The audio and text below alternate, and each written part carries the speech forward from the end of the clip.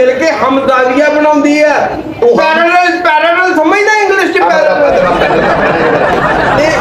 लकीर आ देखना हुण सेहत दी लकीर है ना उम्र दी लकीर है उम्र दी लकीर ना दिल दी लकीर जुड़ी है बिल्कुल जुड़ी है ठीक है ना जुड़ी है आ 13 साल दे 21 दिन च तेरे नाल जेड़ा हादसा होया 13 साल दी उम्र थी तेरी हाँ हाँ 13 साल दे 21 दिन दी हाँ हाँ हादसा होया उस तो बाद तू रोया बहुत सी किसा पता लग गया यही ते मेरा कमाल है मैनू तो एक एक चीज का पता लग जाता भी हाथ च है की है ते अगों की होना अच्छा हाँ